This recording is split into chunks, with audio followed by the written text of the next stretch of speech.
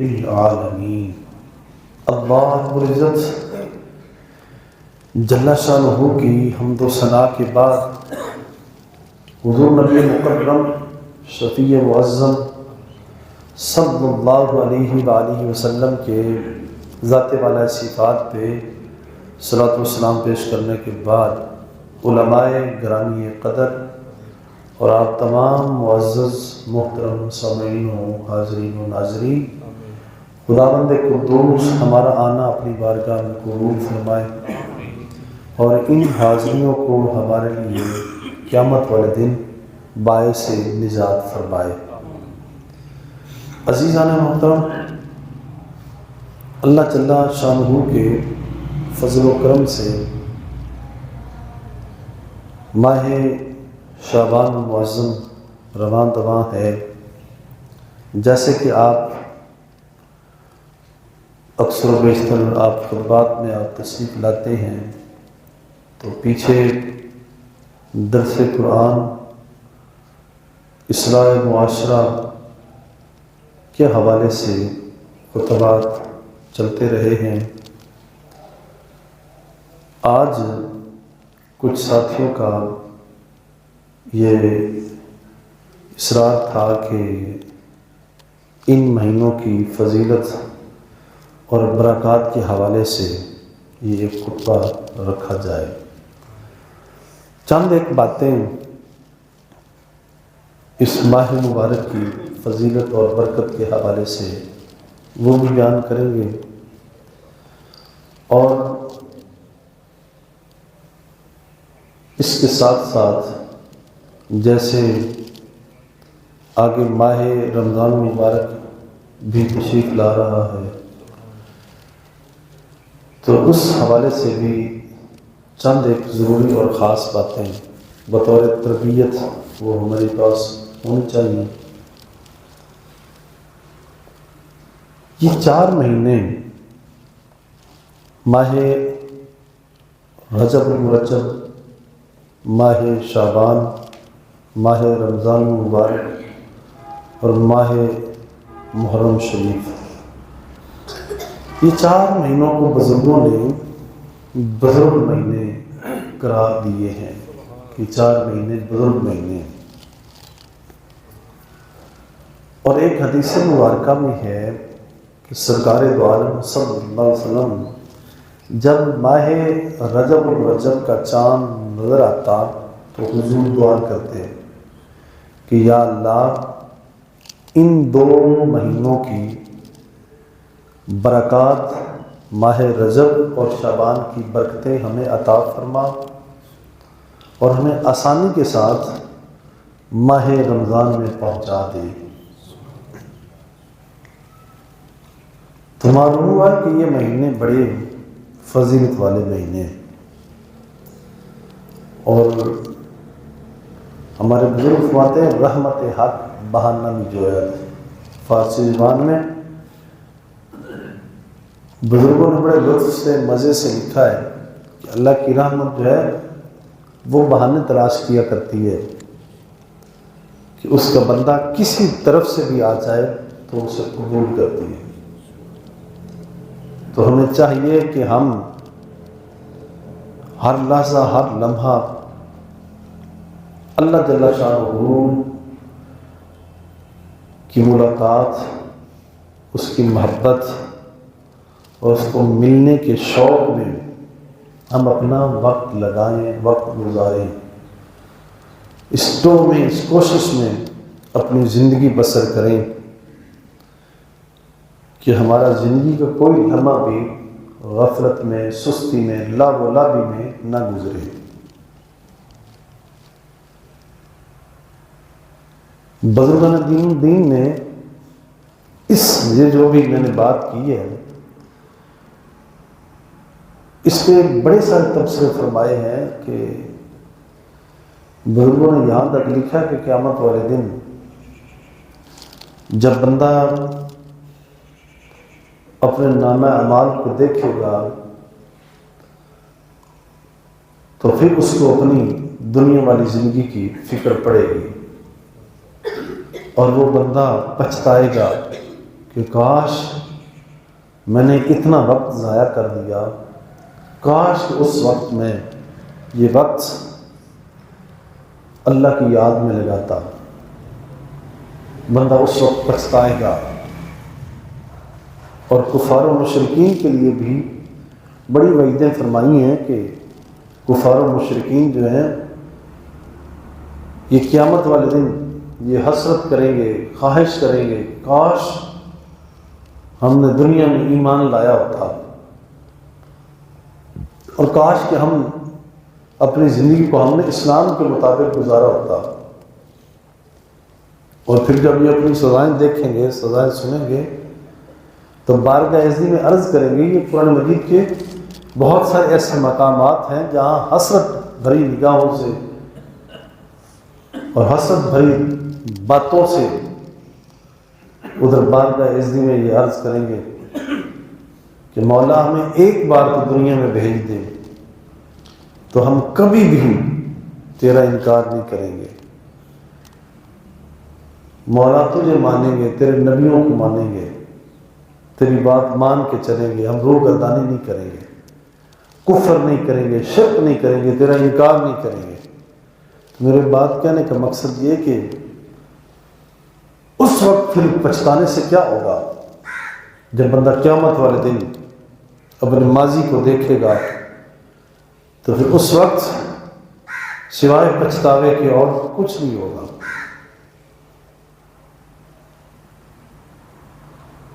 جاں کھیتی دا ککھ نہ رہا، نہ سکا نہ ہریا،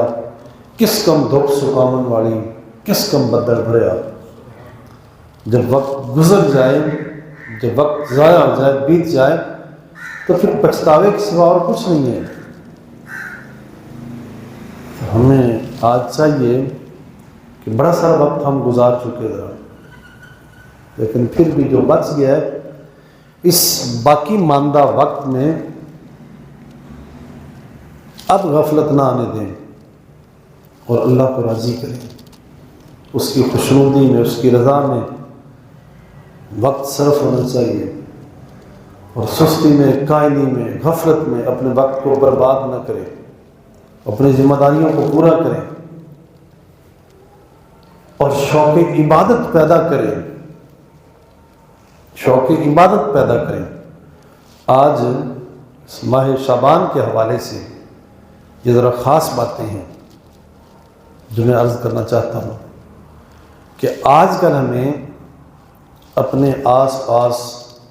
اپنے اس ماحول میں وہ عبادت کا شوق، وہ رنگ، وہ لذت، وہ چاشنی جو سابقہ دوروں میں بزرگوں کے اندر تھی، جس شوق سے وہ مسجدوں کو صاف ستھرا رکھتے تھے اور مسجدوں میں وہ آتے تھے اور وہ نمازیں پڑھتے تھے اور نوافل پڑھتے تھے، وہ جو شوق تھا عبادت کا، آج وہ منظر ہمیں کم دکھائی دیتے ہیں۔ وہ بزرگ جو مسجدوں میں آتے اور پھر مسجد میں بیٹھے رہتے، وہ شوق آج کم ہے۔ اپنے ماحول میں آپ دیکھ لیں، ہم آس پاس ذرا دیکھیں، آبادیوں میں، شہروں میں وہ رونقیں، آج نماز بھی پڑھی جاتی تو صرف فقط ایک فریضہ سمجھ کے اکثر و بیشتر، باقی اس کے ہیں بندے ایسے نمازی ہیں جو اب بھی ڈوب کے پڑھنے والے ہیں، جو بڑے نہایت شائستگی کے ساتھ، انہمات کے ساتھ وہ لوگ بھی ہیں، لیکن عام ہمارا جو ماحول ہے وہ ہمارے سامنے ہے۔ مسجدیں خالی ہیں، ویران ہیں، مسجدوں کی چھتیں گری پڑی ہیں، دروازے ٹوٹے ہوئے ہیں، کلام مجید نسخے پڑے ہیں، ان کی بے حرمتی ہو رہی ہے، چپا چپا ان کے اوپر جو ہے وہ مٹی پڑی ہوئی ہے۔ وہ سلوک اور وہ رویہ جس طرح ہمیں پیش آنا چاہیے وہ ہم اس انداز میں اپنی خدمت نہیں کر رہے۔ ان نسخوں کے اوپر مسجد کی الماریوں میں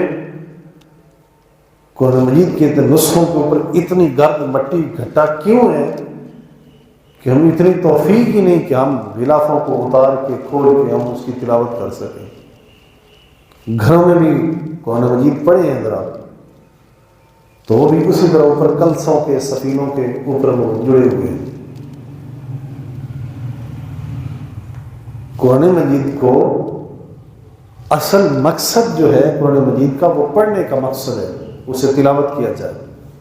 اور ہم چونکہ اجمی ہیں ہمیں چاہیے کہ ہم اس کا اردو پنجابی وہ ترجمہ پڑھیں،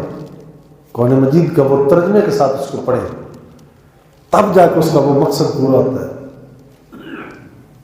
لیکن آج معاملہ یہاں الٹ ہے کہ گھروں میں قرآن مجید پڑھیں لیکن آہستہ آہستہ اب تو جو گھروں میں بڑے بھی ہیں اکثریت سے وہ بھی قرآن پاک نہیں پڑھتے. اب اس وقت ہم ہی بڑے ہیں نا گھر میں، تو ہم نے پڑھنا تھا، ہم نہیں پڑھتے تو کون پڑھے گا؟ جب ہم نہیں پڑھیں گے تو بچے بھی نہیں پڑھیں گے.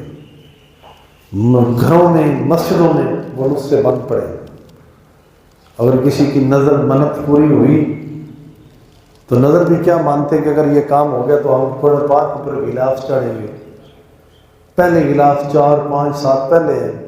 اوپر جا کے ایک اور ہم چڑھا دیتے ہیں اور ہم مطمئن ہو جاتے ہیں کہ بس میں نے بڑا کمال کر دکھایا ذرا، میں نے غلاف چڑھا دیا ذرا.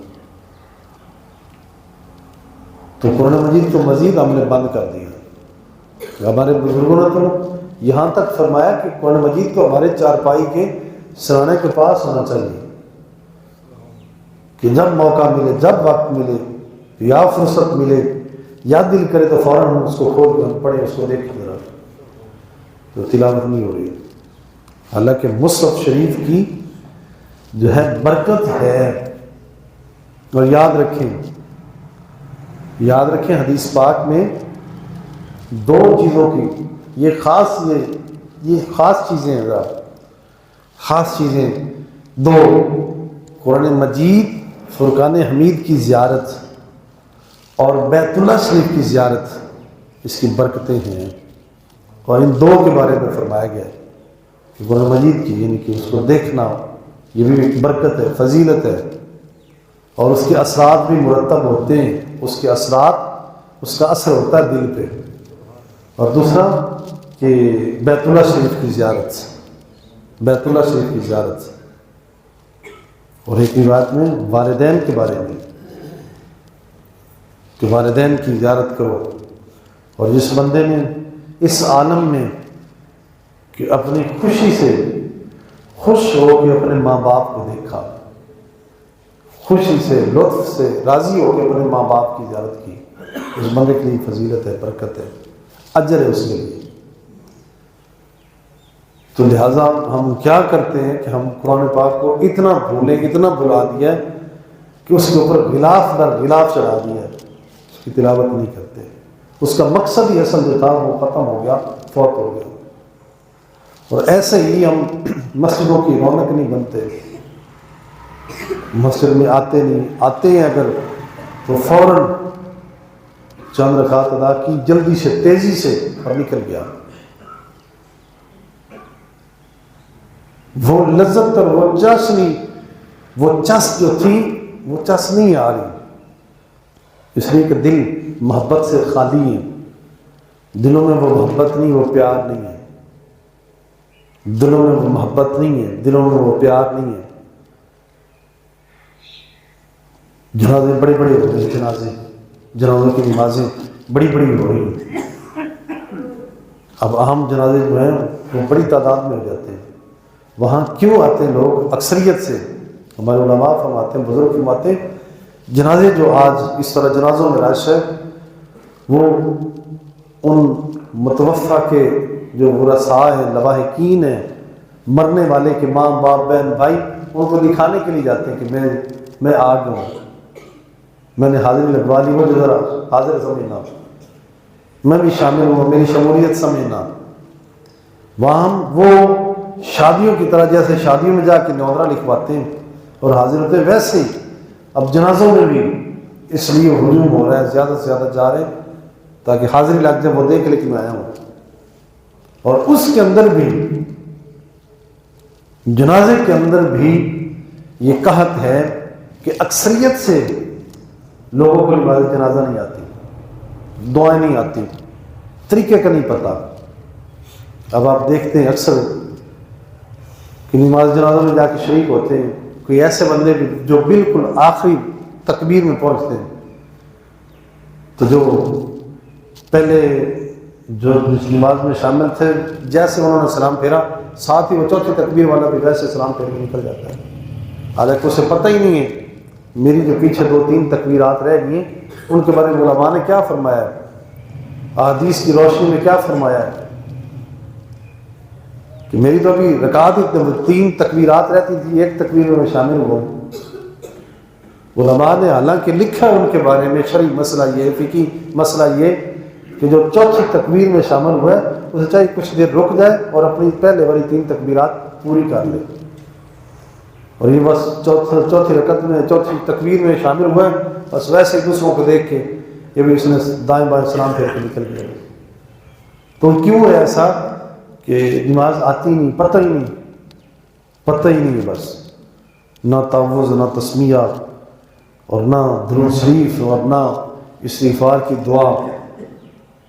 تو یوں ہی یعنی یہ زندگی گزر جانی، یوں ہی ہم نے زندگی گزار جانی ہے۔ کتنی بڑی یعنی جہالت اور کتنی بڑی منافقت ہے کہ 40 50 60 70 سال کی عمر کو پہنچ کے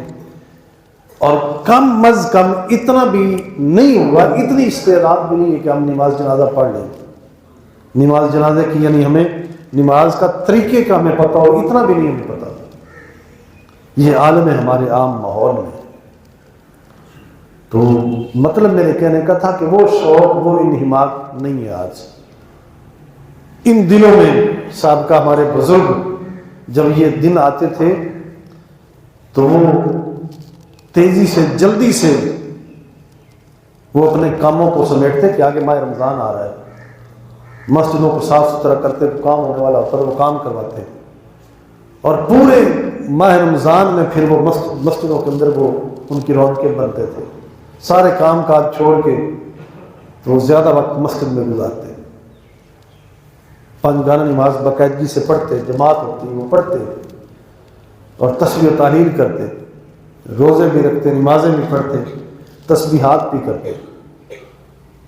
تو آج عام ہی سال آ سال پورا سال جو ہے وہ لذت، وہ چاشنی وہ نہیں ہے آج۔ آج ماہ شعبان کے ان دنوں اور آج کے اس خطبہ میں عرض یہ کرنا چاہتا تھا کہ اپنے آپ کو تیار کریں، یہ مہینے بزرگ مہینے اور یہ مہینے بڑے بابرکت مہینے ہیں۔ حدیث مبارکہ میں حضرت سیدہ ام المؤمنین حفصہ رضی اللہ تعالیٰ عنہا، آپ بھی اور آپ کے ساتھ اور بھی ازواج مطہرات رضی اللہ عنہن، وہ فرماتی ہیں کہ سرکار مسلسل جتنی تسلسل سے، جتنے تواتر سے اس ماہ شعبان اور رمضان میں روزے رکھتے، اتنے پورے سال میں اتنے روزے نہیں رکھتے تھے، تواتر سے جتنے روزے رکھتے تھے مسلسل۔ اور حضور تربیت فرماتے، بار بار تیار کرتے کہ آگے ماہ رمضان آ رہا ہے، اور سرکار فرماتے ہیں کہ رجب جو ہے وہ میرا مہینہ ہے اور شعبان میرے رب کا مہینہ ہے اور ماہ رمضان میری امت کا مہینہ ہے۔ جنہوں نے ترغیب دلاتے کہ تیار ہو اور جلدی کرو اور اس میں دل لگاؤ، تو لہذا ہمیں چاہیے کہ زیادہ سے زیادہ شوق عبادت ہونا چاہیے ہمارے دلوں میں۔ زندگی آمد برائے بندگی، زندگی بے بندگی شرمندگی۔ بزرگوں نے فارسی زبان میں لکھا ہے، فرماتے ہیں کہ زندگی تو وہ زندگی ہے جو بندگی میں گزرے، جو اللہ تعالیٰ کی عبادت میں، ریاضت میں، اس کے فکر میں، اس کے شوق میں بسر ہو۔ تو فرماتے ہیں جو جس زندگی میں بندگی نہیں ہے وہ تو شرمندگی ہے ساری۔ یعنی یوں غفلت سے ہم جو زندگی گزار کے چلے جائیں گے، تو ایسا نہ ہو، شوق ہو دل میں، شوق ہونا چاہیے۔ اور ساتھ ساتھ اس کے حدیث مبارکہ میں آتا ہے حضور تو ویسے ہی حضور حلم والے ہیں، بردبار ہیں، تحمل والے ہیں، صبر والے ہیں حضور، لیکن جب یہ دن آتے تو سرکار، حدیث پاک میں آتا ہے کہ تیز آندھی سے زیادہ، تیز ہوا سے زیادہ حضور سخاوت فرماتے ہیں، حضور سخی بن جاتے ہیں۔ ویسے تو حضور ہر لمحہ آپ سخی ہیں، جب بھی کوئی سائل آتا، جب بھی کوئی سوال کرتا تو کبھی بھی سرکار انکار نہیں فرماتے، لیکن خاص کر ان دنوں میں حضور جو ہے وہ سخاوت زیادہ سے زیادہ فرماتے ہیں۔ آج چونکہ ہمارے ملک کے معاشی حالات بھی، مہنگائی بھی ہمارے سامنے ہے، اس میں شک نہیں ہے، حالات نہایت فرسودہ ہیں، ٹائٹ ہیں، پریشان ہیں، لیکن ہمیں چاہیے کہ اب کچھ بھی ہو جائے، یہ مالک کی کریمی اور مہربانی ہے، اس سے امید رکھیں میرا مالک کرم فرمائے گا، حالات سازگار ہوں گے، بہتر ہوں گے، اس کے حضور استدعائیں کریں، دعائیں کریں، اور اس کے ساتھ ساتھ اپنے مالوں میں، اپنے اسباب میں، اپنے غریب اور مسکین بھائیوں کو یاد رکھیں۔ جس قدر یہ جذبات، یہ احساسات زیادہ ہوں گے، اس قدر ہی دل نرم ہوگا، اور دل جس قدر نرم ہوگا اللہ کریم کے جلوے اس قدر دلوں میں زیادہ اتریں گے۔ تو اپنے آپ کو تیار کریں، اس مہینے میں اپنی تربیت کریں، اپنے آپ کو تبدیل کریں، بدلیں ذرا، اور تیار کریں ماہ رمضان کے لیے، اور شوق عبادت پیدا کریں، صرف فقط رمضان کے ساتھ نہیں، اس سے ہٹ کے بھی۔ اور خاص کر ہمارے بزرگ فرماتے ہیں کہ یہ تربیت کے لیے یہ مہینے ہیں۔ بندہ جب آہستہ آہستہ کوشش کرتا ہے، اور جب بندہ آہستہ آہستہ یہ نوافل اور نماز اور تسبیحات کرتا ہے، تو پھر آہستہ آہستہ جو ہے پھر بندے کا دل لگ جاتا ہے، اور پھر بندے کو چاہیے کہ اس کے اوپر تسلسل کرے، اور سال ہر سال، پورا سال جو ہے پھر بندہ اسی شوق کے ساتھ وقت گزارے۔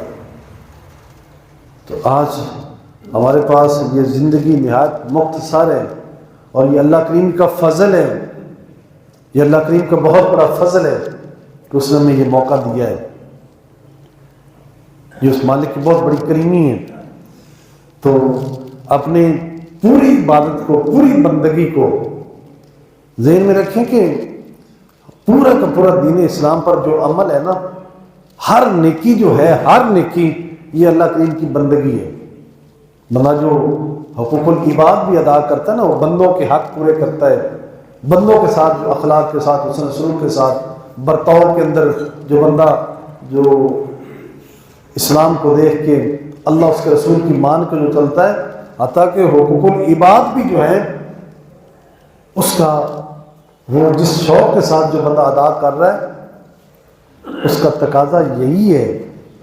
کہ دراصل حقیقت میں وہ بندہ اللہ کو خوش کر رہا ہے۔ جتنی بھی نیکیاں ہیں، جو بھی نیکی اگر کوئی بندے کے ساتھ بھی کوئی اچھا سلوک کر رہا ہے تو اس کا اجر اللہ کریم وہ اس نے عطا فرمانا ہے، وہ اللہ کریم نے عطا کرنا ہے۔ اور یہ سارا کا سارا جو ہے یہ اس بندگی کے زمرے میں ہے۔ بندہ جو نیکی، جو اچھائی، جو بھلائی بھی کرتا ہے، وہ ساری کی ساری اس بندگی کے زمرے میں ہے۔ یہ کوئی الگ سے یہ کوئی پروفیشن نہیں ہے کہ یہ نیکی اس میں ہے، دوسری نیکی اس میں نہیں، بلکہ بندے کی پوری زندگی میں جتنی بھی بندے کی اچھائیاں بنائی ہیں، وہ ساری کی ساری عبادت، لفظ عبد میں، لفظ عبادت میں اور اس بندگی کے دائرے میں ہے۔ اور بندہ جس قدر اللہ کے حضور اور اس کے محبوب کریم صلی اللہ علیہ وسلم کے سامنے محبت سے، جو آپ کے فرامین و ارشادات جو محبت سے جن کو ادا کر رہا ہے، اور پھر اس کے بعد جو ہماری ذمہ داریاں ہیں، اگر ہم اس کو خوبصورتی کے ساتھ اور اللہ کے ڈر اور خوف کے ساتھ ادا کرتے ہیں، وہ ساری کی ساری عبادت ہی ہے، وہ ساری کی ساری عبادت ہے۔ تو عبادت کا دائرہ بڑا وسیع ہے، فقط یہ نہیں ہے کہ بس گھر سے نکلنا اور مسجد تک آ جانا اور مسجد سے نکلنا گھر چلے جانا، یہ فقط عبادت نہیں ہے، یہ فقط صرف یہ بندگی نہیں ہے، بلکہ ہماری ہر اچھائی، بھلائی، خوبی، بہترین جو بندوں کے ساتھ بھی ہمارا اچھا برتاؤ ہے، وہ بھی اللہ کے حضور یوں ہی ہے، اس کا اجر بھی ہمیں اللہ کریم نے عطا کرنا ہے، تو وہ بھی اسی زمرے میں ہے۔ اور لہٰذا ہمارے دلوں میں وہ محبت ہونی چاہیے، ہمیں وہ لطف اور مزہ آنا چاہیے، بے قراری اور بے چینی نہیں ہونی چاہیے۔ جب بھی کوئی نیکی کریں، کوئی اچھائی اور بھلائی ہم سے ہو، تو اس کا اجر اللہ کے حضور مانگیں، اپنی نسبت اللہ کریم کی طرف کریں کہ مجھے اجر، مجھے بدلہ وہ میرے رب نے مجھے دینا ہے۔ اگر آپ کسی بندے کے ساتھ بھی کوئی نیکی کرتے ہیں، کوئی اس کے ساتھ اچھا سلوک کرتے ہیں، تو کر گزرے، آگے نکلیں، اس کا اجر وہ اللہ کریم کے ذمہ ہے، وہ اللہ کریم نے دینا ہے۔ اپنی نسبت، اپنا توجہ جو ہے، اپنا رجحان اللہ کریم کی طرف کریں۔ جناب سیدنا موسیٰ علیہ السلام، میں نے پچھلی بار بھی عرض کیا نا، تو آپ نے جناب سیدنا شعیب علیہ السلام کی بکریاں آپ کی صاحبزادیاں جو لے کے کھڑی تھی، تو آپ نے پانی پلایا، حالانکہ سامنے دو مستورات ہیں، ان کی بکریوں کو صرف پانی پلایا ہے، تو پانی پلانے کے بعد عرض کرتے ہیں ربی انی لما انزلت الیہ من خیر فقیر، یا رب یہ جو تو نے مجھے نیکی کا موقع دیا ہے، اس کا میں فقیر ہوں، اس کا میں محتاج ہوں۔ حالانکہ بظاہر آپ نے ان کی بکریوں کو پانی پلا دیا ہے، لیکن پلانے کے بعد یعنی اس کا صلہ، اس کا اجر، اس کا بدلہ آپ نے اپنے رب سے مانگا ہے۔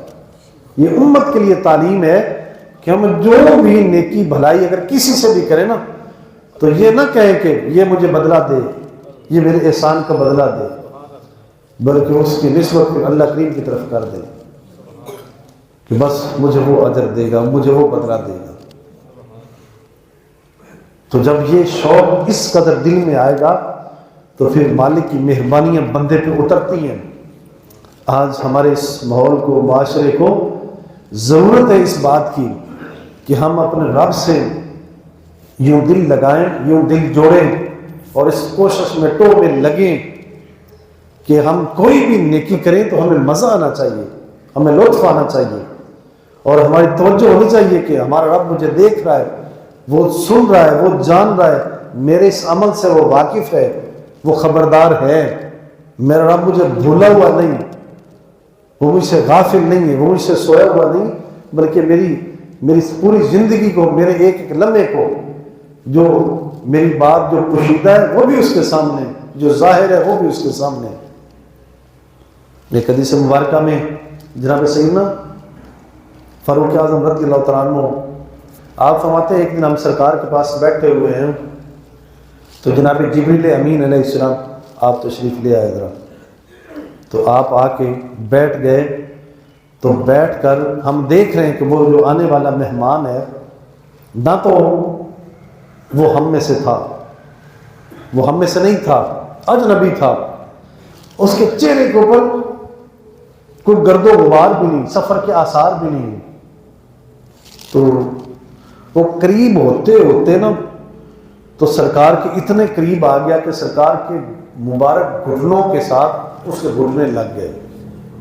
ساتھ آ کے بیٹھ گیا بالکل۔ تو آ کے عرض کرتا ہے من ایمان یا رسول اللہ، یا رسول اللہ ایمان کیا ہے؟ تو سرکار نے کلمہ شہادت فرمایا کہ تو گواہی دے اشہد ان لا الہ الا اللہ وحدہ لا شریک لہ واشہد ان سیدنا محمدا عبدہ ورسولہ، تو گواہی دے کہ اللہ ایک ہے اور محمد اللہ کے رسول ہیں۔ تو آگے سے اس نے کہا نام، جی ہاں۔ آپ فرماتے کہ ہم حیران ہو گئے کہ خود ہی سوال کرتا ہے اور خود ہی جواب دے رہا ہے۔ پھر دوبارہ جناب جبریل امین علیہ السلام کہنے لگے من احسان، احسان کیا ہے؟ تو سرکار دو عالم صلی اللہ علیہ وسلم نے فرمایا کہ تم جب اپنے رب کی بندگی کرے، عبادت کرے، اور جب تو نماز پڑھے تو اس شوق کے ساتھ، اس انداز کے ساتھ پڑھ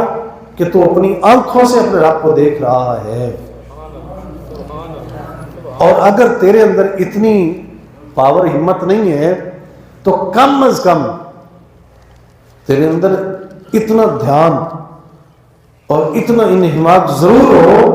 کہ میں نہیں دیکھ رہا سر، وہ تو مجھے دیکھ رہا ہے، وہ تو مجھے دیکھ رہا ہے۔ تو یہ ہے کہ ہم ہر لحظہ ہر لمحہ یہ یقین کریں، یہ ہمیں یقین ہو کہ ہمارا رب ہمیں دیکھ رہا ہے، اور ہم کوئی لمحہ بھی اس کی یاد سے خالی نہ گزاریں، اور جو بھی چھوٹی سے نیکی سے لے کے بڑی سے بڑی نیکی تک جب بھی کوئی ادا کریں تو اس کی نسبت اپنے مالک کی طرف کریں کہ اس کا اجر، اس کا صلہ، اس کا بدلہ ہمیں اللہ کے لیے عطا کرے۔ تو لہٰذا عبادت کے لیے، ریاضت کے لیے، بندگی کے لیے اپنے دل میں شوق پیدا کریں، اور آپ خود بھی قرآن مجید کی تلاوت کیا کریں۔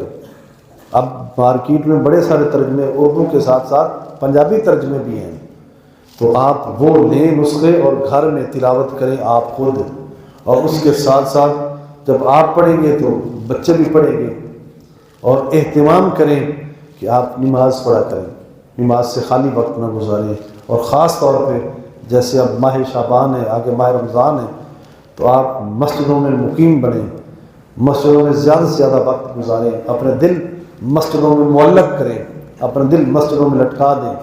انشاءاللہ اللہ کریم ہماری حاضریوں کو قبول فرمائے گا، اللہ کریم ہم سب کی مغفرت اور بخشش فرمائے، آئندہ اپنے نیکوکار اور صالح بندوں کی صفوں میں شامل فرمائے۔ وآخر دعوانا الحمدللہ رب العالمین وما علینا الا البلاغ۔